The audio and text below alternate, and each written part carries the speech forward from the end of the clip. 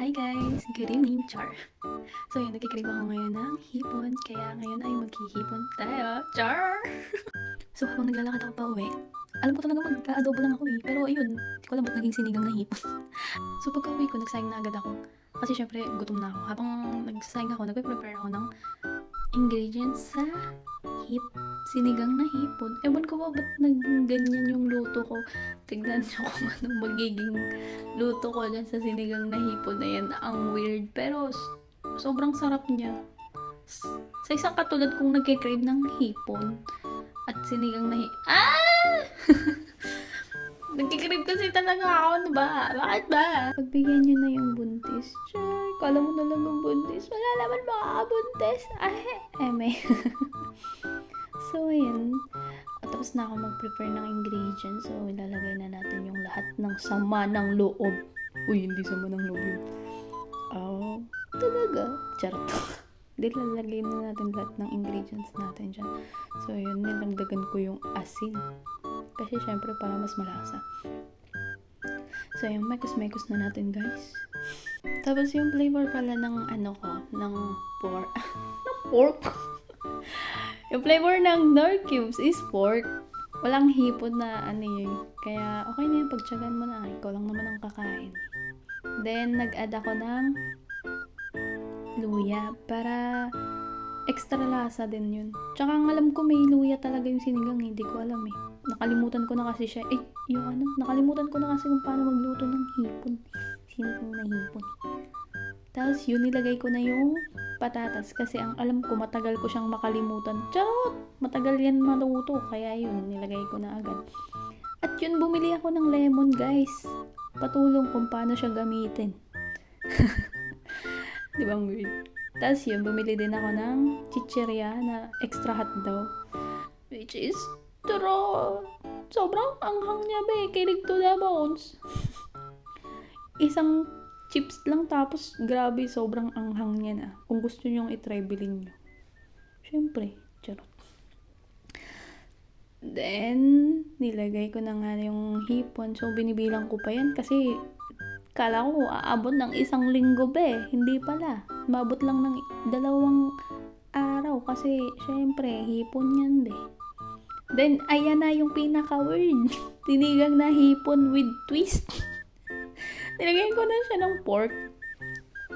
Ewan ko, parang kukuntian kasi ako sa hipon. Kaya yun, dinagdagan ko na siya ng pork. Okay naman yung lasa niya. Kasi may pork naman siya. Knorr Cubes. Kaya yun. Ayun, dinagdagan ko pa siya ng konting pampalasa. Kasi parang nagkulang siya. Charot. Nagkulang. Oo, diba? Ang sarap. Then, nilagyan ko pa siya ng extra, chili powder para mas maanghang. Then, yung asin din para mas malasang malasa, be. Oo. At nilagay ko na yung huling sangkap.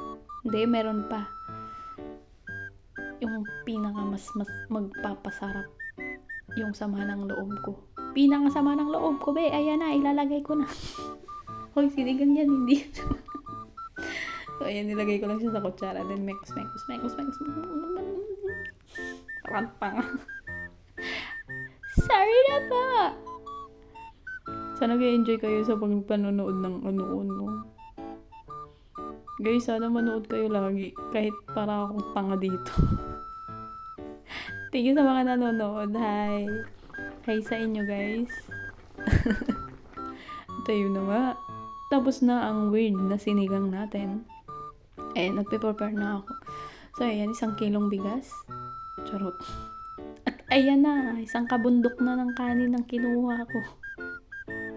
Tawang-tawa ako dyan kasi grabe, sobrang gutom na ako.